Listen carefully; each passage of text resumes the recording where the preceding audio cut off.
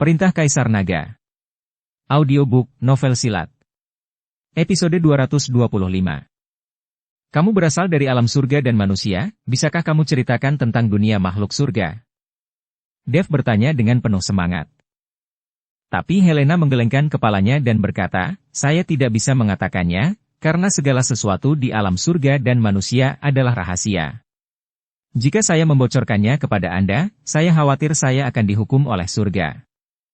Melihat Helena tidak bisa mengatakan apa-apa, Dev seperti bola kempis, dan kegembiraan di wajahnya langsung menghilang.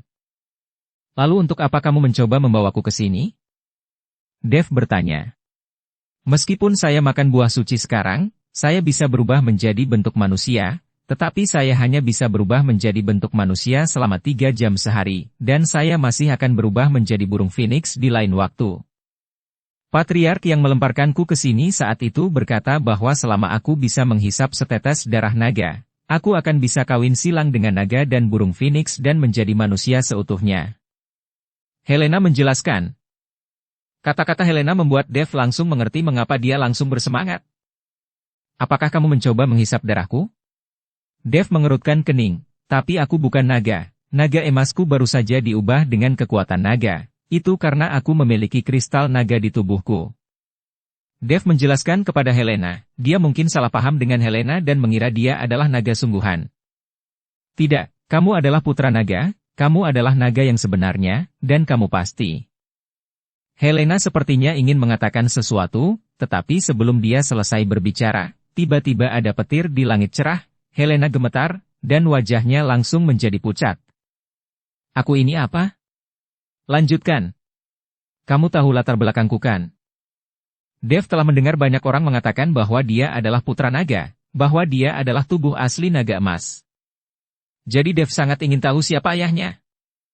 Aku tidak tahu apa-apa, aku tidak tahu apa-apa. Helena tampaknya sangat ketakutan, dia melambaikan tangannya, matanya penuh kepanikan. Ketika Dev melihat ini, dia sangat terkejut, mengapa orang-orang ini menjadi begitu ketakutan ketika mereka berbicara tentang latar belakang dirinya? Itu sama seperti iblis darah saat itu, ketika dia menyebut ayahnya, dia langsung tutup mulut. Melihat Helena seperti ini, Dev tidak bertanya lagi, dan langsung menggigit jarinya, dan setetes darah melayang di udara. Jika darahku berguna untukmu, maka ambillah. Dev berkata kepada Helena. Melihat ini, Helena menunjukkan rasa terima kasih, langsung membuka mulutnya, dan menelan setetes darah dari Dev. Ketika darah Dev memasuki tubuh Helena, itu langsung membuat tubuh Helena jernih. Pada saat ini, Helena tampak berendam di mata air panas, dengan mata sedikit terpejam, tampak seperti sedang menikmati dirinya sendiri. Tapi dia tidak menyadari bahwa bulu phoenix yang awalnya menutupi tubuh telanjangnya mulai menghilang perlahan. Saat ini, Helena menjadi wanita sejati. Ketika Dev melihat kulit seputih salju Helena telanjang di depannya, hidungnya langsung mimisan dan menyembur keluar. Dev berbalik dengan tergesa-gesa, dan dengan putus asa melafalkan mantra hati yang murni. Namun meski begitu, adiknya Dev masih bergolak, dan masih berdenyut untuk waktu yang lama. Dia merasa bahwa pada saat ini, seluruh tubuhnya jatuh ke dalam kelembutan yang hangat, becek yang tak terbayangkan. Dev tidak tahu bahwa ketika setetes darahnya memasuki tubuh Helena, itu setara dengan 2 orang yang berhubungan seks satu sama lain. Apa yang dia rasakan sekarang adalah perasaan yang sebenarnya. Saya tidak tahu berapa lama, dan dengan Helena bersenandung, dia perlahan membuka matanya. Ketika dia melihat bahwa dia telanjang, Helena tersipu dan berlari ke kamar dengan tergesa-gesa. Ketika Helena keluar, dia sudah mengenakan pakaiannya. Maaf, aku tidak menyadarinya barusan. Melihat Helena keluar, Dev buru-buru menjelaskan. Helena tersenyum sedikit, dan berkata dengan lembut. Aku sudah menjadi milikmu, jangan katakan tidak. Kamu bisa melakukan apapun yang kamu mau padaku. Ketika Dev mendengar ini, dia tertegun sejenak, dan dengan cepat melambaikan tangannya dan berkata, Nona Helena, jangan salah paham, saya benar-benar tidak melakukan apa-apa, saya hanya melirik secara tidak sengaja, dan saya segera berbalik. Dev merasa bahwa dia tidak melakukan apa-apa, dan di pojokan seperti ini, dia tidak akan mau. Baru saja, setelah aku menghisap darahmu, aku sudah menjadi milikmu. Mulai sekarang, kamu adalah tuanku. Bukankah kamu baru saja merasakannya? Helena bertanya pada Dev. Saya. Dev terdiam beberapa saat, tetapi dia merasa sangat nyaman sekarang, seolah-olah dia merasakan sesuatu yang hangat dan lembut. Tapi ini terlalu keterlaluan, hanya dengan menghisap setetes darahku sendiri, aku menjadi seperti ini, dan... Nona Helena, saya benar-benar tidak dapat menerimanya untuk sementara waktu, saya harus segera kembali, atau orang akan mengkhawatirkan saya.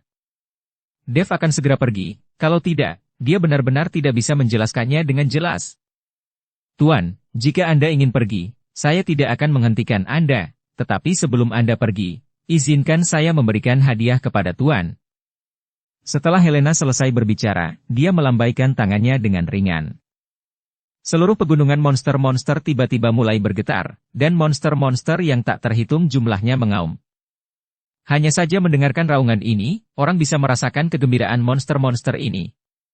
Sepertinya semua orang bersorak untuk Helena. Dan monster yang baru saja memaksa Dev ke sini semuanya ada di sini sekarang. Menghadapi Helena, monster-monster itu jinak seperti anjing peliharaan.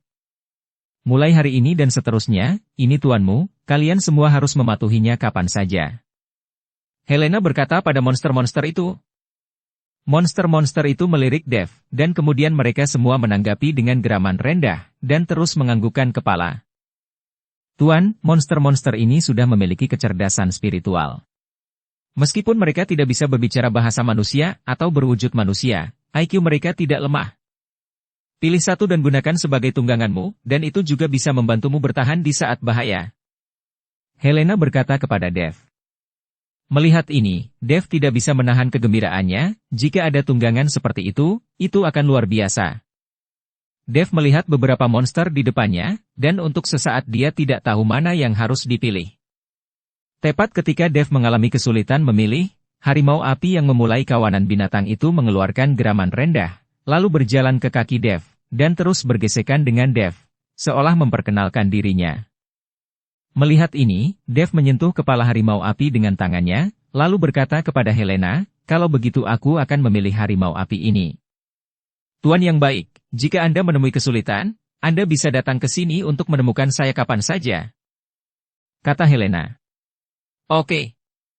Dev mengangguk. Meskipun Dev merasa bahwa dia tidak membutuhkan bantuan Helena saat ini, tetapi dalam waktu dekat, ketika Dev menyerang 8 alam rahasia, Helena dan pegunungan monsternya akan memberikan kontribusi yang besar.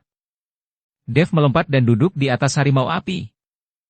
Harimau api meraung, lalu berlari menuruni gunung. Di kedua sisi jalan pegunungan, monster yang tak terhitung jumlahnya berbaris untuk mengirim Dev pergi.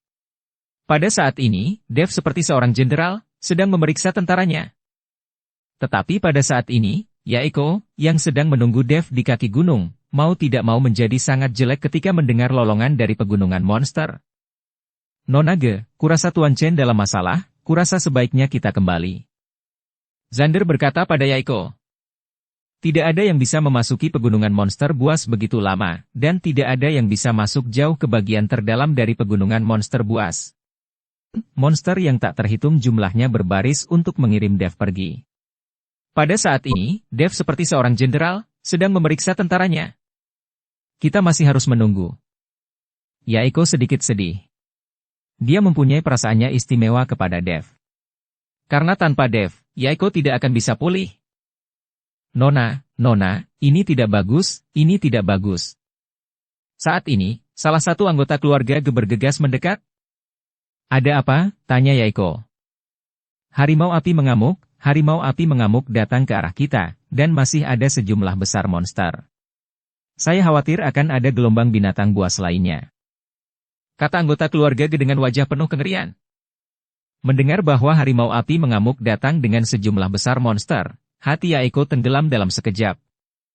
Karena harimau api baik-baik saja, yang membuktikan bahwa sesuatu telah terjadi pada Dev. Sekarang harimau api datang untuk membalas dendam, meluncurkan gerombolan binatang buas lagi. Yaiko tahu bahwa dengan mengandalkan mereka, dia akan tenggelam di bawah gerombolan binatang buas dalam sekejap. Nona Ge, ayo kabur, jika kita tidak kabur, kita akan terlambat. Xander mendesak Yaiko. Ayo pergi, aku ingin membunuh harimau api ini dan membalaskan dendam Tuan Chen. Yaiko bermaksud membiarkan Xander dan yang lainnya pergi. Dia ingin membalaskan dendam Dev. Setelah mendengar ini, Xander mengira Yaiko sudah gila. Nona Ge, bagaimana kamu bisa menjadi lawan dari harimau api? Selain itu, ada banyak monster lain. Tidak perlu mati konyol. Xander membujuk Yaiko. Tapi Yaiko tidak tergerak, matanya penuh dengan niat membunuh yang kuat. Tanah mulai bergetar, dan raungan monster itu semakin dekat. Meskipun wajah banyak anggota keluarga Gejelek, tidak ada yang bergerak. Sebaliknya, mereka mengambil senjata dan berdiri di belakang Yaiko. Melihat ini, Xander hanya bisa menggertakkan giginya dan mengeluarkan senjatanya. Segera, sosok harimau api muncul, dan itu semakin dekat dan dekat. Yaiko memegang pedang panjang, dan aura di tubuhnya meledak. Melihat harimau yang menyala di depannya, dia akan menebas dengan pedang. Nona Ge, tunggu sebentar. Xander buru-buru menghentikan Yaiko, lalu berkata, lihat, bukankah ada seseorang di atas harimau api? Yaiko melihat lebih dekat, dan benar saja, dia melihat seseorang duduk di punggung harimau api. Ketika harimau api datang di hadapan mereka, semua orang menyadari bahwa orang di atas sebenarnya adalah Dev. Tuan Chen. Melihat Dev, Yaiko berteriak kaget. Dev melihat Yaiko dan yang lainnya masih di sini, jadi dia melompat turun dan berkata, mengapa kalian masih di sini? Di mana sisa orang-orang yang lainnya? Dev mengetahui bahwa Casey dan Lucas telah menghilang, mungkinkah mereka semua dimakan monster? Xander buru-buru menjelaskan, yang lainnya telah diselamatkan, dan kami sedang menunggu Tuan Chen di sini. Setelah Dev mengejar harimau api dan pergi, Xander menceritakan tentang Cakra Ge dan Waldemar Jiang yang membawa orang untuk menyelamatkan mereka semua. Ketika dia mendengar bahwa Yaiko dan yang lainnya tetap tinggal dan menunggu, mengkhawatirkan keselamatannya, Dev sangat tersentuh. Tuan Chen, ini. Harimau api ini. Yaiko menatap harimau api dan bertanya sedikit bingung. Oh, sekarang harimau api ini adalah tungganganku, aku telah menjinakkannya. Dev menepuk ringan kepala macan api itu dan berkata, adapun masalah Helena, Dev tidak berencana untuk mengatakan apa-apa tentang itu, jika tidak, setelah dunia rahasia utama mengetahuinya, mereka mungkin akan bergegas ke dunia rahasia monster ini seperti orang gila. Menjinakkannya? Mata Xander melebar, wajahnya penuh ketidakpercayaan, Tuan Chen mampu menjinakkan harimau api ini. Aku belum pernah mendengar orang bisa menjinakkannya. Ada juga monster yang bisa dijinakkan. Luar biasa. Xander kaget saat melihat harimau api yang lucu tergeletak di tanah. Yaiko juga kaget dan berkata, Tuan Chen, apakah ini benar? Apakah Anda benar-benar menjinakkan harimau api ini? Tentu saja, jika kamu tidak percaya padaku, kamu bisa datang dan menyentuhnya, atau bahkan mengendarainya, dia sangat patuh. Dev sedikit tersenyum pada Yaiko dan berkata, ketika Yaiko mendengar ini, dia tidak bisa menahan diri untuk tidak melangkah maju, perlahan mengulurkan tangannya, lalu dengan lembut mengelus kepala harimau api itu. Tidak hanya harimau yang menyala itu tidak marah, ia bahkan menjulurkan lidahnya dan menjilat tangan Yaiko, yang membuat Yaiko sangat bersemangat. Oke, ayo kembali dulu, atau klan gak akan selalu khawatir. Dev mengendarai harimau api, dan mengundang Yaiko ke punggung harimau, lalu menggunakan formasi teleportasi untuk kembali ke alam rahasia gerbang api. Ketika Dev mengendarai harimau api kembali ke keluarga Ge, seluruh keluarga Ge menjadi gempar, dan semua orang datang untuk melihat harimau api. Tidak ada yang mengira Dev bisa menaklukkan harimau api dan menggunakannya sebagai tunggangannya. Anda harus tahu bahwa tidak ada preseden untuk ini di 8 alam rahasia. Tidak ada yang bisa menaklukkan monster dan menggunakannya sebagai tunggangan. Tidak ada cara untuk menundukkan bahkan monster level rendah. Tuan Chen, bagaimana Anda menaklukkan harimau api ini? Anda harus tahu bahwa kekuatan harimau api ini tidak kalah dengan milik Anda. Waldemar bertanya pada Dev dengan rasa ingin tahu. Aku tidak terlalu tahu. Lagi pula, harimau api kabur ketika dia melihatku, seolah-olah dia takut padaku. Dev tidak bisa mengatakan yang sebenarnya, jadi dia hanya bisa berpura-pura. Tapi Cakra Ge sepertinya tahu sesuatu, jadi dia berkata kepada Waldemar, Jiang Tua, mungkin harimau api ini ditakdirkan untuk mengikuti Tuan Chen, jadi dia sangat patuh, jangan terlalu usil. Tuan Chen pasti kelelahan karena pergi ke alam rahasia monster buas. Saya pikir lebih baik membiarkannya lebih banyak istirahat. Cakrage mengeluarkan perintah untuk mengusir para tamu, dan membubarkan semua orang agar Dev bisa beristirahat.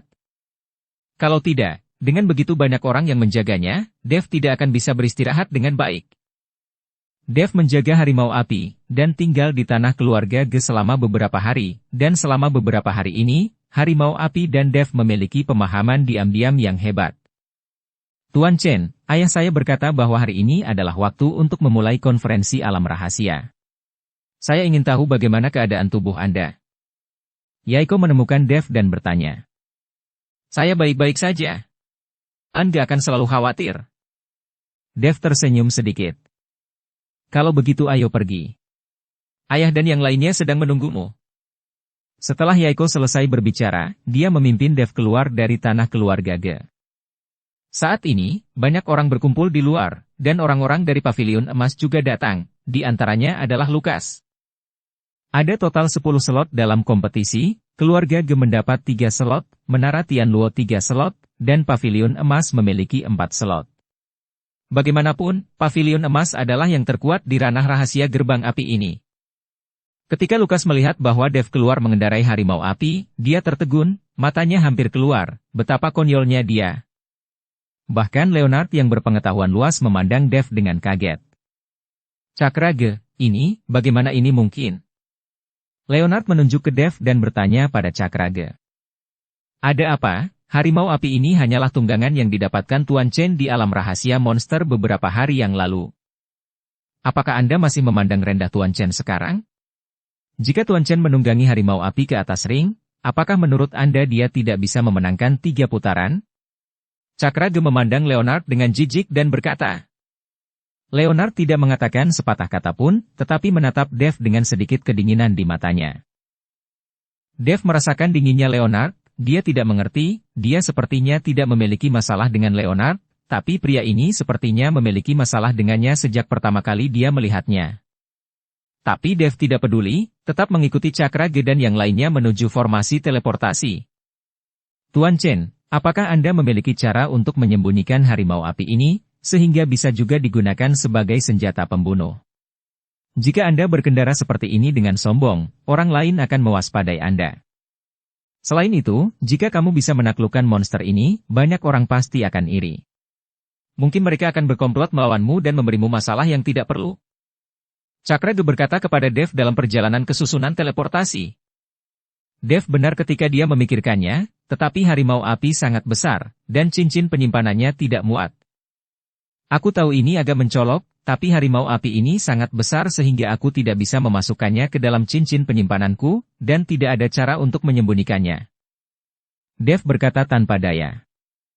Tapi tepat setelah Dev selesai berbicara, harimau api memahami kata-kata Dev, dan menggeram pelan, lalu semburan cahaya memancar dari tubuhnya di bawah mata semua orang, tubuhnya menjadi semakin kecil. Pada akhirnya, harimau api besar berubah menjadi seukuran anak anjing, terlihat sangat lucu. Melihat harimau api tiba-tiba mengecil, Dev dan Cakrage tertegun. Ya ampun, harimau api ini menjadi lebih kecil dan dia sangat lucu, imut bingit. Melihat ini, Yaiko buru-buru berjongkok, mengambil harimau api itu, dan dengan lembut mengelusnya dengan tangannya. Harimau api melepaskan diri dari pelukan Yaiko, dan langsung melompat ke pelukan Dev. Melihat hal tersebut, Dev langsung memasukkan harimau api ke dalam cincin penyimpanan, agar tidak ada yang mengetahui keberadaan harimau api. Ketika mereka datang ke formasi teleportasi, semua orang berteleportasi. Semburan cahaya putih menyala, dan Dev melihat perubahan besar di depannya. Gurun yang awalnya tak berujung kini telah berubah menjadi padang rumput hijau, dengan udara segar dan lingkungan yang sangat indah. Tetapi lingkungan yang begitu indah memang sangat kurang auranya. Ini juga alasan mengapa orang-orang dari alam rahasia utama datang untuk menempati tempat ini, hanya saja lingkungannya indah dan jika tidak ada aura, orang-orang di alam rahasia tidak dapat berkultivasi. Jika mereka tidak dapat berlatih, tidak peduli seberapa bagus lingkungannya, mereka tidak akan datang ke sini. Tidak jauh dari formasi teleportasi, sebuah kastil yang terbuat dari batu muncul. Kastil tersebut menempati area yang luas dan berdiri dengan megah. Tuan Chen, disitulah konferensi alam rahasia akan diadakan. Tapi aku sudah bertahun-tahun tidak ke sini, aku tidak tahu apakah bagian dalamnya bobrok atau tidak. Cakrage menunjuk ke kastil dan mengikuti Dev. Bukankah ini terlalu boros? Semua orang berteleportasi. Melihat kastil, Dev menyesalkan bahwa 8 dunia rahasia ini sangat murah hati, hanya untuk mengadakan konferensi dunia rahasia dan bersaing di arena, dan hanya perlu beberapa hari dalam setahun untuk menghabiskan begitu banyak uang untuk membangun seperti itu. Sebuah kastil besar.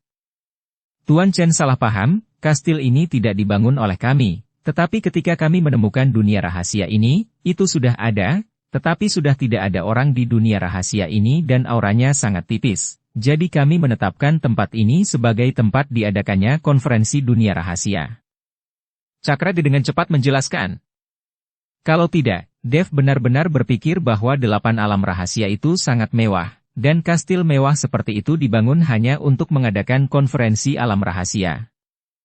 Ketika Dev datang ke kastil, dia menyadari bahwa keagungan kastil jauh melampaui apa yang dia lihat dari luar.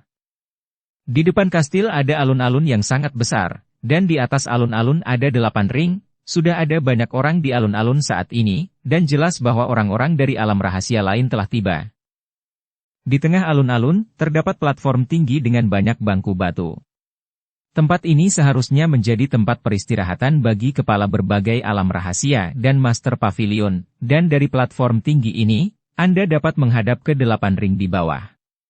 Bisa melihat semuanya. Melihat Cakrage datang, banyak orang datang untuk menyapa, beberapa dari mereka mengobrol dengan Cakrage dengan sangat antusias. Melihat Cakrage sibuk menyapa orang, Dev meminta Yaiko dan Xander untuk mengajaknya berkeliling dengan santai untuk membiasakan diri dengan lingkungan terlebih dahulu.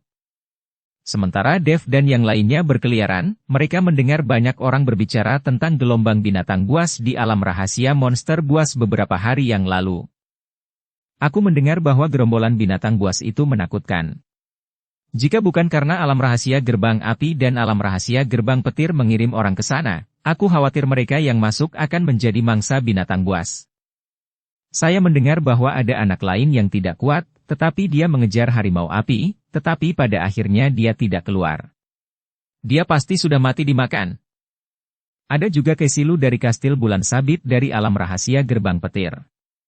Aku takut buang air kecil saat mendengarnya. Ya, saya juga pernah mendengar bahwa ada Lukas Jin dari pavilion emas dari ranah rahasia gerbang api. Tuan muda ini awalnya ingin pergi ke ranah rahasia monster-monster untuk berlatih, tetapi mereka tidak sengaja menghadapi gelombang binatang buas. Sekelompok orang berkumpul untuk berdiskusi. Kamu tidak tahu apa-apa, apa yang kamu teriakkan? Pada saat ini, Lukas juga mendengar diskusi orang banyak, berjalan dengan marah dan berteriak. Ketika semua orang melihat Lukas datang, mereka pergi satu demi satu, sepertinya mereka agak takut pada Lukas. Lukas melirik Dev dan yang lainnya, lalu pergi dengan wajah marah. Menurutnya, berita yang tersebar pasti karya keluarga Ge atau Menara Tianluo. Lukas ini selalu terlihat seperti pengganggu, dan dia bahkan belum masuk billboard. Apa-apaan sih dia? Melihat Lukas seperti itu, Xander mau tidak mau mendengus dingin. Jangan pedulikan dia, ayo kita berkeliling saja. Setelah Dev selesai berbicara, dia terus berjalan jauh ke dalam kastil. Segera, Dev merasakan bel berbunyi di telinganya. Suara merdu dari bel itu mengejutkan jiwa. Monyet, apakah kamu mendengar bel? Dev bertanya pada Xander. Xander menggelengkan kepalanya, tidak, di mana belnya? Kemudian Xander bertanya pada Yaiko. Nona Ge, apakah kamu mendengarnya? Aku juga tidak mendengarnya. Bagaimana bisa ada bel di sini? Tuan Chen tidak halu, kan? Kata Yaiko. Mungkin. Dev menggelengkan kepalanya, tetapi bel masih berbunyi. Mengikuti suara itu, Dev berjalan perlahan ke pintu tembaga, di mana ada banyak pola aneh yang terukir. Tapi ketika Dev ingin membuka pintu perunggu, Xander buru-buru menghentikannya. Tuan Chen, Anda tidak bisa masuk ke sini. Ini adalah menara lonceng. Itu hanya akan dibuka ketika konferensi alam rahasia secara resmi dimulai dan bel berbunyi. Xander menghentikan Dev dan berkata. Apakah ada jam di dalam? Dev bertanya. Ya, ada lonceng bermotif naga di menara lonceng. Saya tidak tahu sudah berapa tahun. Setiap kali konferensi dimulai, orang pertama di peringkat sebelumnya akan membunyikan lonceng. Dan Sebastian Yao, yang telah menempati posisi nomor 1 dalam daftar selama beberapa tahun ini, jadi dialah yang membunyikan lonceng setiap saat. Kata Xander. Ketika Dev mendengar bahwa masih ada aturan seperti itu, dia mundur tanpa membuka pintu perunggu. Tetapi pada saat ini, seseorang tiba-tiba memanggil Dev dari belakang. Dev. Dev. Suara wanita yang terkejut datang. Dev terkejut sesaat, dia tidak mengerti. Dia sepertinya tidak mengenal orang lain di 8 alam rahasia besar kecuali keluarga Ge, jadi bagaimana mungkin ada orang di sini yang memanggil namanya. Dev menoleh, dan ketika dia melihat orang yang memanggilnya, dia langsung tertegun. Kah? Kah? Untuk sesaat, Dev bahkan lupa nama gadis di depannya. Namaku Kairen Han. Gadis itu berlari ke Dev. Tetapi dia tidak marah karena Dev tidak bisa menyebutkan namanya. Sebaliknya, wajahnya penuh kegembiraan. Dev berkata dengan sedikit malu, "Oh Nona Han, maaf." Tidak masalah. Kairen menggelengkan kepalanya, dan kemudian bertanya dengan sangat aneh, "Mengapa kamu datang ke sini? Mungkinkah kamu juga dari 8 alam rahasia besar? Aku ingat kamu berasal dari dunia sekuler." Dev tidak tahu bagaimana menjelaskannya kepada Kairen. Tuan Chen, siapa wanita ini? Saat ini, Yaiko berdiri dan bertanya. Ini. Ketika Dev hendak memperkenalkan, Kairen berkata sendiri, "Saya Kairen Han dari Alam Rahasia Gerbang Petir." "Halo, saya Yaiko Ge dari Alam Rahasia Gerbang Api. Tuan Chen ini mewakili keluarga Ge kami untuk menghadiri konferensi Alam Rahasia." Yaiko mengikuti Kairen dan menjelaskan. Aku benar-benar tidak menyangka bisa bertemu Dev di sini. Terakhir kali kita mengucapkan selamat tinggal, kita mungkin. Kairen, rapat akan segera dimulai, kenapa kamu datang ke sini? Sebelum Kairen selesai berbicara, Casey bergegas. Ketika Casey melihat Dev, dia terkejut sesaat. Menurutnya, Dev mengejar harimau api ke kedalaman pegunungan monster. Dia pasti mati, tapi dia tidak mengira Dev masih hidup. Dev, kamu masih hidup? Casey bertanya dengan heran. Tuan Lu, apa yang kamu bicarakan? Tuan Chen baik-baik saja, mengapa bertanya seperti itu? Xander di samping berkata. Casey bahkan tidak melihat ke arah Xander, matanya tertuju pada Dev, wajahnya penuh keraguan. Kamu mengejar harimau api itu dan memasuki kedalaman gunung monster, apakah kamu menemui bahaya? Bagaimana dengan harimau api? Casey sangat penasaran sekarang. Dev memasuki kedalaman pegunungan monster, apa yang terjadi, dan bagaimana dia bisa keluar dengan selamat. Dengan kekuatan Dev, hampir tidak mungkin untuk keluar dari kedalaman pegunungan monster buas. Tapi sekarang, fakta ada di depan matanya, Dev berdiri tepat di depannya, itulah mengapa Casey sangat terkejut dan penasaran. Casey, apakah kamu kenal Dev? Kairen bertanya dengan heran. Ya, kita telah bertemu beberapa kali, dan di dunia sekuler. Kita juga pernah bertemu. Casey mengangguk dan berkata, Tuan Lu, saya hanya mengejar hingga jarak tertentu. Saya tidak pergi terlalu dalam. Saya keluar dengan cepat, jadi saya tidak terluka. Dev menjelaskan dengan senyum tipis. Adapun soal menundukkan harimau api, tidak mungkin dia mengatakannya sekarang. Harimau api sekarang adalah kartu truf Dev, dan itu hanya dapat diungkapkan pada saat yang paling penting. Tidak heran. Hampir tidak ada dari mereka yang memasuki kedalaman gunung monster bisa keluar hidup-hidup, dan bahkan jika mereka selamat, mereka terluka parah. Casey mendengar bahwa Dev tidak pergi jauh ke pegunungan monster, jadi dia mengerti mengapa Dev masih hidup. Setelah selesai berbicara, Casey meraih tangan Kairen dan berkata, Kairen, ayo pergi, Paman Han dan yang lainnya sedang menunggu. Casey langsung menarik Kairen pergi, dan Kairen menirik Dev, wajahnya menjadi sedikit malu dan jeli. Dan dia melepaskan diri dari tangan Casey. Casey sedikit terkejut, dan menatap Kairen dengan wajah bingung. Anda harus tahu bahwa mereka berdua adalah kekasih masa kecil, dan kedua keluarga telah lama mempersiapkan pernikahan mereka. Casey tidak mengerti apa yang terjadi pada Kairen hari ini, mengapa dia tiba-tiba tidak membiarkannya berpegangan tangan. Ada begitu banyak orang di sini, jangan berpegangan tangan. Setelah Kairen selesai berbicara, dia langsung berjalan menuju alun-alun. Casey yang kebingungan hanya bisa mengikuti di belakang. Ayo, kita pergi juga, kata Dev, memimpin Yaiko dan Xander ke alun-alun juga. Saat ini, alun-alun sudah penuh dengan orang, dan di platform tinggi di tengah, lebih dari selusin orang duduk di atasnya, dan sekilas mereka adalah orang-orang yang berkuasa di berbagai alam rahasia. Dan di belakang orang-orang ini, masih ada 5 orang yang berdiri di depan mereka, di antara kelima pemuda ini, ada seorang wanita berkerudung putih. Tuan Chen, 5 orang muda yang berdiri adalah 5 orang di billboard, dan yang berkerudung adalah satu-satunya wanita, bernama Juliet Yu, wanita tertua dari keluarga Yu di alam rahasia Tianmen. Orang tua di depan Juliet adalah ayahnya Kuil Yu, kepala keluarga Yu. Dia harus dianggap sebagai orang yang paling berkuasa di 8 dunia rahasia. Hak untuk berbicara dalam konferensi dunia rahasia juga ada di tangan Kuil. Dan pemuda di sebelah Juliet Jiameng adalah Sebastian Yao, yang merupakan nomor 1 di billboard, dan murid tertua dari sekte Zilei di alam rahasia gerbang bumi. Xander memperkenalkan Dev satu persatu, terlihat bahwa Xander benar-benar tahu banyak tentang 8 alam rahasia. Ini juga memberi Dev pemahaman awal tentang 8 alam rahasia.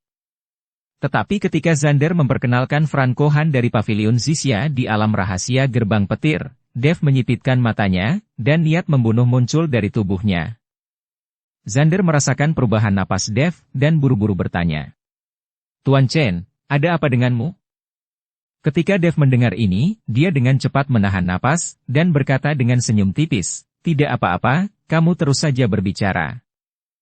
Namun, Dev tidak mendengarkan apa yang diperkenalkan Xander nanti.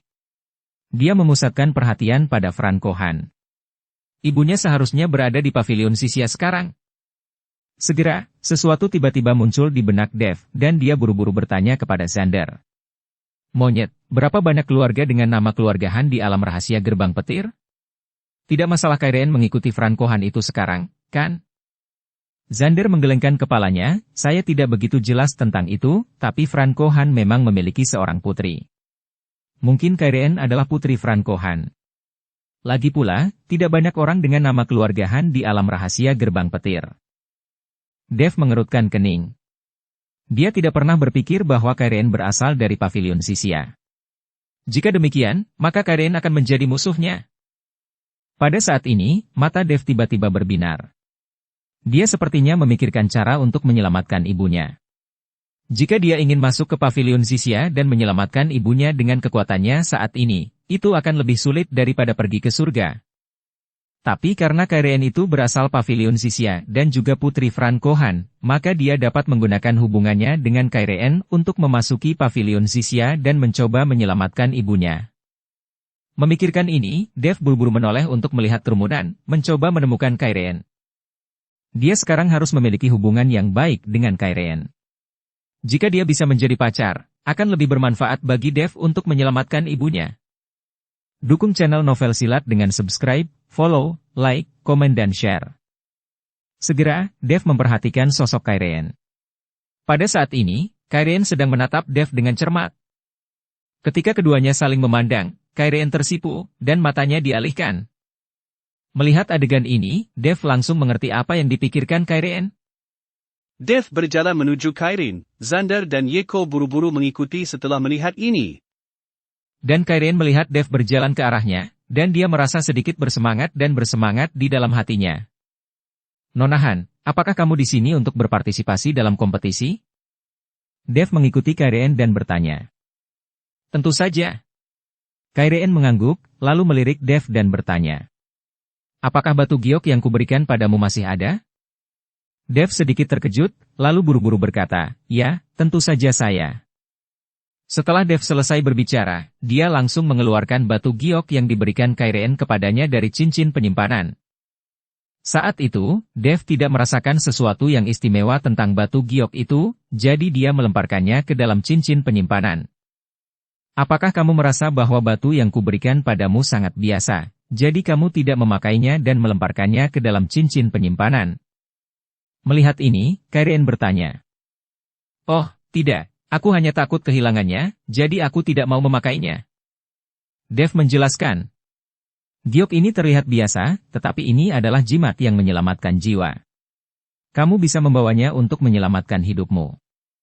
Cepat pakai, mungkin kamu bisa menggunakannya di kompetisi hari ini. Kairen berkata kepada Dev. Oke. Dev buru-buru meletakkan batu giok di tubuhnya. Pada saat ini, Casey yang berada di samping mengerutkan kening dan berkata, Kairen, ini adalah batu giok penyelamat hidup yang dibuat Paman Han untukmu. Kamu telah memakainya sejak kamu masih kecil. Mengapa kamu memberi itu padanya? Casey tidak tahu bahwa Kairen diselamatkan oleh Dev, dan dia tidak tahu bahwa Kairen tidak pernah melupakan Dev sejak hari itu. Itu milikku, bukan urusanmu. Kairen memutar matanya ke arah Casey dan berkata. Kali ini, Casey dibuat sangat malu, dan Dev mengikuti Casey dan berkata. Tuan Lu, giok ini diberikan kepadaku oleh Nona Han ketika aku menyelamatkannya. Kamu menyelamatkan hidup Kairen?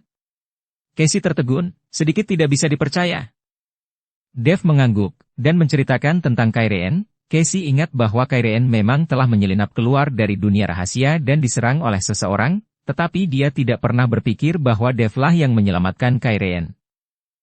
Karena Kairen memberikan batu giok penyelamat hidup kepada Dev untuk membayar kembali rahmat penyelamat hidup Dev, maka Casey tidak bisa berkata apa-apa. Dia hanya bisa melihat Kairen mengobrol penuh semangat dengan Dev, dan melihat wajah bahagia Kairen, Casey penuh dengan kecemburuan.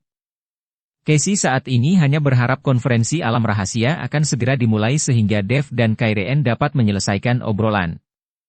Semuanya, diamlah.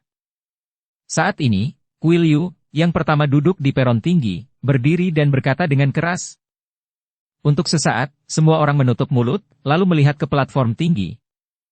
Melihat suasana sepi, Kuil melanjutkan, konferensi alam rahasia dimulai kembali kali ini. Saya suka bahwa Anda harus tetap memegang sikap belajar dari satu sama lain, dan tidak dengan sengaja menyakiti orang lain. Seperti kata pepatah, persahabatan datang pertama dan kompetisi datang kedua. Selanjutnya, saya mengundang Sebastian Yao dari peringkat pertama Billboard untuk membunyikan lonceng naga, dan kita akan secara resmi memulai konferensi. Namun, ada beberapa perubahan kecil tahun ini, yaitu jam pola naga. Siapapun dapat membunyikannya, dan dapat membunyikannya itu tergantung pada kemampuan masing-masing orang. Ketika saatnya tiba, jangan gagal untuk membunyikan lonceng pola naga, tetapi jika kamu diserang balik dan terluka parah, maka kerugiannya lebih besar daripada keuntungannya. Setelah Kuil selesai berbicara, dia melihat ke arah Sebastian dan berkata, Tuan Muda Yao, silahkan. Sebastian mengangguk, lalu mengetukkan jari kakinya dengan ringan, dan dia terbang ke depan menara jam dalam sekejap, lalu mendorong pintu perunggu dan masuk. Saat pintu perunggu didorong terbuka, aura menakutkan menyerbu. Menara lonceng tingginya lebih dari 50 meter, tetapi Sebastian membutuhkan waktu setengah jam dari memasuki gerbang tembaga untuk menunjukkan sosoknya di menara lonceng. Dia hebat. Saat sosok Sebastian muncul dari atas menara jam, banyak orang bertepuk tangan. Tampaknya kekuatan Sebastian telah meningkat pesat, dan dia naik ke puncak menara lonceng dalam waktu setengah jam. Xander tidak bisa menahan nafas. Apakah setengah jam adalah waktu yang singkat? Menara jam ini tingginya hanya 50 meter? Dev bertanya sedikit bingung. Tuan Chen, Anda tidak tahu sesuatu. Meskipun menara loncengnya tidak tinggi, jalan menuju menara lonceng penuh dengan formasi sihir. Anda harus melewati formasi sihir itu. Dan bahkan jika kamu menembus formasi sihir dan naik ke atas, kamu mungkin tidak dapat membunyikan jam naga. Ada 9 pola naga yang terukir pada jam naga ini. Setiap kali kamu membunyikannya, akan ada naga emas yang melayang di sekitar menara lonceng. Sebastian hanya bisa membunyikannya sekali. Bahkan Kuil, yang paling kuat, pernah mencobanya. Dia paling banyak membunyikan 5 kali. Pada saat itu, 5 naga emas beterbangan. Itu pemandangan yang spektakuler. Xander menjelaskan kepada Dev, matanya penuh antisipasi dan keluar. Sepertinya adegan 5 naga emas berkeliaran saat itu sangat mengejutkannya. Ternyata begitu banyak keistimewaan dalam membunyikan lonceng naga. Aku harus mencobanya nanti. Dev mau tidak mau menjadi tertarik dengan jam pola naga. Dev, dengan kekuatanmu, kamu masih ingin membunyikan lonceng naga? Aku khawatir kamu bahkan tidak bisa memanjat menara lonceng. Jika kamu terkena serangan balik dari formasi sihir, kamu mungkin kehilangan nyawamu. Apa menurutmu manusia biasa bisa mencobanya dengan santai? Casey di samping berkata kepada Dev. Obrolan panas Dev dengan Kairin barusan membuat Casey merasa tidak puas dengan Dev. Terlepas dari apakah kita dapat membunyikan bel atau tidak, kita harus mencobanya. Jika kita begitu takut sehingga kita bahkan tidak memiliki keberanian untuk mencoba. Tidak peduli seberapa tinggi tingkat kultivasi kita, lalu apa yang dapat kita lakukan? Dev sedikit tersenyum. Dev, kamu dari dunia sekuler, jadi kamu tidak tahu kengerian jam pola naga itu. Ketika kamu melihatnya, kamu mungkin tidak akan mengatakan itu. Casey tersenyum dingin dan tidak berkata apa-apa. Dev, jangan mencoba menjadi berani. Lonceng naga ini bukanlah sesuatu yang bisa kamu serang. Mari kita lihat apakah orang lain di daftar billboard berani mencobanya nanti. Kairin mendesak Dev. Dev tidak mengatakan apa-apa, tetapi tekadnya untuk membunyikan jam berpola naga tidak dapat diubah, dan dia sepertinya bisa merasakan bahwa jam berpola naga itu sepertinya memanggilnya. Pada saat ini, di menara lonceng, Sebastian melambaikan tangannya kepada semua orang, lalu melihat palu lonceng emas yang diletakkan di samping, lalu tenggelam ke dalam dantiannya, berteriak keras, dan kekuatan spiritual di tubuhnya meledak seketika. Melihat Sebastian berjuang untuk mengambil palu, Dev sangat bingung melihat Sebastian berjuang untuk mengambil palu. Mungkinkah ada formasi pada palu lonceng? Dev bertanya pada Xander. Tetapi Xander tidak mengatakan apa-apa, tetapi Casey yang berada di samping berkata, tidak ada formasi pada palu lonceng ini, tapi jangan remehkan palu lonceng ini. Saya dengar itu terbuat dari batu terbang dari langit, dan beratnya puluhan ribu kati. Saya kira Anda tidak dapat mengangkatnya bahkan jika Anda ingin mengangkatnya. Saya sendiri bahkan tidak memiliki kualifikasi untuk mengangkatnya. Ketika Dev mendengar ini, dia tidak bisa menahan keterkejutannya. Palu tembaga sekecil itu sebenarnya beratnya puluhan ribu kati. Jika digunakan sebagai senjata, itu pasti senjata yang bagus. Dev tidak mengatakan apa-apa, tetapi berkonsentrasi melihat Sebastian di menara jam. Saya melihat nafas seluruh tubuh Sebastian naik, dan dia mengumpulkan semua kekuatannya, lalu dia membanting palu di tangannya ke jam naga. Lonceng itu sedikit bergetar, diikuti oleh lonceng yang menyayat hati, menutupi seluruh alun-alun. Semua orang sepertinya mabuk mendengarkan lonceng yang merdu. Dan saat lonceng berbunyi, pola naga pada jam pola naga memancarkan cahaya keemasan seketika. Nyanyian naga terdengar, dan kemudian seekor naga emas melompat ke langit langsung dari jam berpola naga, dan kemudian terbang mengelilingi menara lonceng terus-menerus. Semua orang melihat naga emas yang melayang di udara, dan semua orang sangat bersemangat. Aku belum pernah melihat naga emas lepas landas selama bertahun-tahun. Itu benar, belum ada yang membunyikan lonceng naga sejak konferensi rahasia ditutup. Kekuatan Sebastian masih sekuat dulu. Semua orang membicarakannya. Namun di tengah diskusi di antara kerumunan, mereka melihat Sebastian berjuang untuk mengangkat palu lagi. Langkah seperti itu langsung membuat semua orang menutup mulut dan menatap Sebastian dengan heran. Di mata semua orang yang terkejut, Sebastian mengayunkan palu lagi dan membunyikan lonceng naga. Dengan suara lonceng yang merdu, naga emas lainnya naik ke langit. Dua naga emas terus terbang mengitari menara jam, pemandangannya sangat spektakuler. Pada saat ini, Sebastian tidak dapat menahan lebih lama lagi, dan meletakkan kembali palu di tangannya.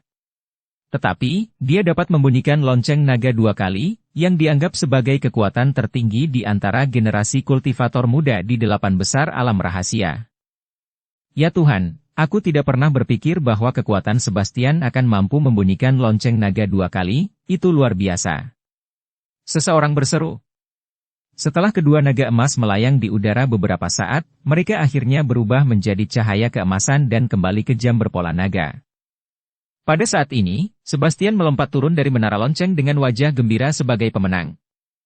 Begitu Sebastian mendarat, banyak orang bergegas dan menyapa Sebastian satu demi satu, ingin menjilat putra kebanggaan dari 8 alam rahasia besar ini. Bukankah itu hanya 2 kali?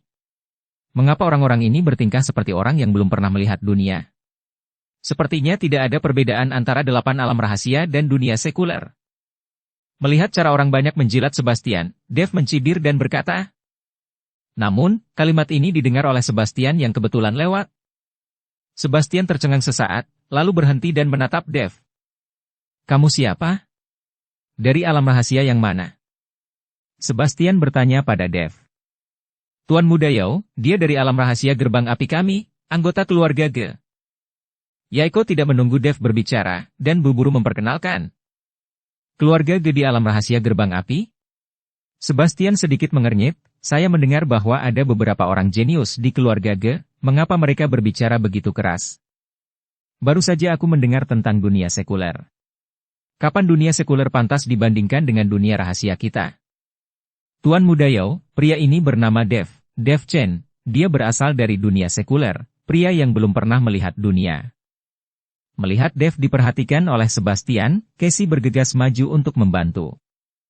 Orang dari dunia sekuler. Mata Sebastian menyipit. Kapan kita mengizinkan ginseng dari dunia sekuler bergabung dengan konferensi alam rahasia kita? Tuan Muda Yao, Tuan Chen sekarang menjadi anggota keluarga Ge kami, mewakili keluarga Ge kami untuk berpartisipasi dalam konferensi ranah rahasia. Yaiko dengan cepat menjelaskan. Membiarkan anak laki-laki dari dunia sekuler mewakili keluarga Gemu terlalu memalukan untuk dunia rahasia gerbang api kita. Pada saat ini, Lukas datang, dan kemudian memberi hormat kepada Sebastian, Tuan Muda Yao, nama saya Lukas Jin, dari Pavilion Emas di alam rahasia gerbang api. Jadi saudara Jin, aku sudah lama mengaguminya. Sebastian mengepalkan tinjunya, lalu bertanya. Ada apa dengan pria bernama Dev ini? Mungkinkah dia benar-benar berasal dari dunia sekuler? Ya, dia dari dunia sekuler. Aku tidak tahu apa hubungannya dengan keluarga Ge, tapi keluarga Ge memberinya tempat untuk menghadiri konferensi dunia rahasia. Lukas berkata dengan jujur. Begitu ya, mata Sebastian kembali tertuju pada Dev. Tuan Yao, sebenarnya. Yaiko ingin menjelaskan, tetapi disela oleh Sebastian yang melambaikan tangannya, dan kemudian berkata, saya harus melaporkan masalah ini dengan jujur. Merupakan pelanggaran mencolok terhadap peraturan untuk membiarkan orang-orang dari dunia sekuler datang ke pertemuan dunia rahasia. Setelah selesai berbicara, Sebastian berhenti, seluruh tubuhnya melayang ke udara, dan mendarat di platform tinggi dalam sekejap. Sebastian, apa yang baru saja terjadi? Santiago Yao, patriark dari sekte Zilei, bertanya. Apa yang baru saja terjadi di bawah dapat dilihat dengan jelas dari platform tinggi. Tuan, saya baru saja menemukan bahwa ada orang-orang dari dunia sekuler yang muncul di konferensi alam rahasia. Kata Sebastian. Apa? Ada orang dari dunia sekuler? Apa yang terjadi? Kuil mengerutkan kening. Sebagai orang yang mengontrol hak untuk berbicara di konferensi alam rahasia, jika seseorang secara terang-terangan melanggar aturan, tidak bisa diterima. Patriark Yu, aku baru saja turun dan mendengar seseorang berkata bahwa ada orang dari dunia sekuler telah memasuki konferensi dunia rahasia. Nama pria itu adalah Dev Chen, dan dia dibawa masuk oleh keluarga Ge dari alam rahasia gerbang api. Sebastian mengatakan yang sebenarnya. Setelah Kuil mendengarkan ini, dia langsung mengalihkan perhatiannya ke Cakra Ge yang duduk di samping. Cakra Ge, ada apa ini? Tanya Kuil. Semua orang juga mengalihkan perhatian mereka ke Cakra Ge, tidak mengerti mengapa Cakra Ge membawa seseorang dari dunia sekuler ke sini. Anda harus tahu bahwa tempat untuk berpartisipasi dalam konferensi dunia rahasia ini sangat berharga, dan Cakra Ge bersedia memberikan tempat kepada seseorang dari dunia sekuler. Patriark Yu, Tuan Chen memang anggota dunia sekuler, tapi dia juga anggota keluarga Ge saya. Jadi mewakili keluarga Ge kami untuk berpartisipasi dalam konferensi alam rahasia ini sepenuhnya sesuai dengan peraturan. Saya percaya bahwa banyak keluarga memiliki keluarga pendukung mereka sendiri di dunia sekuler, dan beberapa keluarga bahkan mengirim orang ke dunia sekuler. Ini tidak mengherankan. Mungkinkah orang-orang yang kembali dari dunia sekuler tidak dapat mewakili keluarga untuk berpartisipasi di dunia rahasia untuk menghadiri pertemuan rahasia? Cakra Ge sebenarnya sudah memikirkan pembelaannya sejak lama. Tuan Chen? Kuil memandang Cakra Ge dengan curiga. Apakah pria ini seorang pejuang atau kultivator abadi? Anda benar-benar memanggilnya dengan sangat hormat. Sepertinya dia memiliki hubungan yang tidak biasa dengan keluarga Ge Anda. Tuan Chen adalah seorang kultivator abadi, dan dia baik kepada keluarga Ge kami, jadi semua yang ada di keluarga Ge kami adalah milik Tuan Chen. Jawab Cakra Ge. Begitu kata-kata Cakra Ge keluar, semua orang terkejut, hanya ekspresi wajah Waldemar yang tidak berubah. Kalau begitu, aku benar-benar ingin bertemu orang ini. Quill menjadi sangat ingin tahu tentang Dev. Bahkan yang lain pun penasaran siapa Dev itu, karena dia mampu membuat Cakra Ge mengatakan itu. Sebastian, Patriark Yu penasaran, pergi dan bawa pria bernama Dev ini ke sini. Santiago berkata kepada Sebastian. Baik. Sebastian mengangguk, lalu melompat dan mendarat di depan Dev. Nak, Patriark Yu di platform tinggi ingin bertemu. Kamu ikut aku. Sebastian berkata kepada Dev. Ketika Dev mendengar ini, dia hanya ingin pergi ke platform tinggi dan bertemu dengan orang-orang yang terlibat dalam 8 alam rahasia. Mengikuti Sebastian, Dev melompat ke platform tinggi dengan lompatan ringan. Ketika Dev berdiri di depan semua orang, banyak orang tercengang. Mereka tidak pernah menyangka bahwa Dev masih sangat muda. Tuan Chen.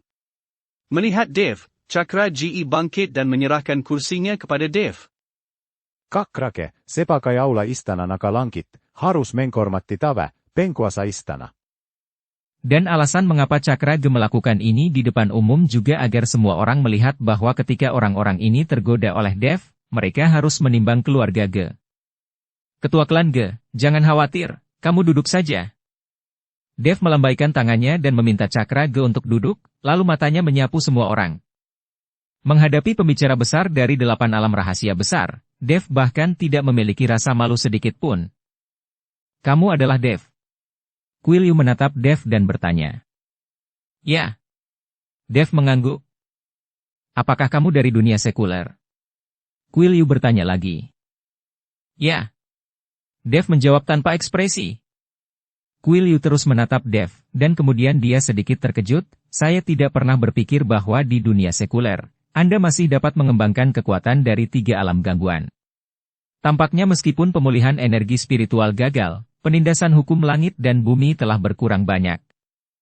Quill Yu berpikir bahwa Dev dapat berkultivasi keadaan gangguan di dunia sekuler karena penindasan hukum langit dan bumi berkurang. Patriark Yu, jangan khawatir tentang dia untuk saat ini, mari kita lanjutkan. Kurasa banyak orang bersiap dan menunggu untuk membunyikan lonceng jam naga. Santiago berkata pada Quill Yu. Oke. Quill Yu mengangguk, lalu menatap anak muda yang berdiri di belakangnya dan berkata. Kalian, siapa yang mau mencoba? Ayah, biarkan aku datang. Juliet yang mengenakan syal, berdiri. Majulah. Quill Yu mengangguk, kamu harus berhati-hati, jangan ceroboh. Dimengerti. Setelah Juliet selesai berbicara, dia melompat dan mendarat di depan menara lonceng. Mendorong membuka pintu perunggu, Juliet masuk. Tapi kali ini, Juliet butuh waktu lebih lama, butuh lebih dari 40 menit untuk mencapai puncak menara lonceng. Melihat putrinya berhasil mencapai puncak menara lonceng dengan selamat, Quill Yu jelas merasa lega. Alasan mengapa aturan membunyikan lonceng dari konferensi alam rahasia direvisi kali ini adalah karena Quill Yu ingin putrinya membunyikan lonceng naga.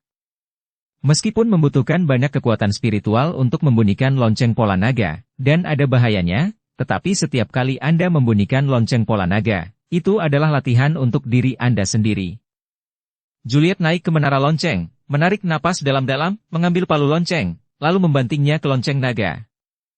Saat palu menghantam jam bermotif naga dengan keras, lonceng merdu berbunyi, diikuti oleh naga emas yang muncul. Semua orang tidak bisa menahan diri untuk tidak bersorak, mereka tidak menyangka bahwa Juliet, seorang gadis, dapat membunyikan lonceng naga. Bersambung ke episode 226. Dukung kami dengan subscribe, follow, like, komen dan share. Terima kasih.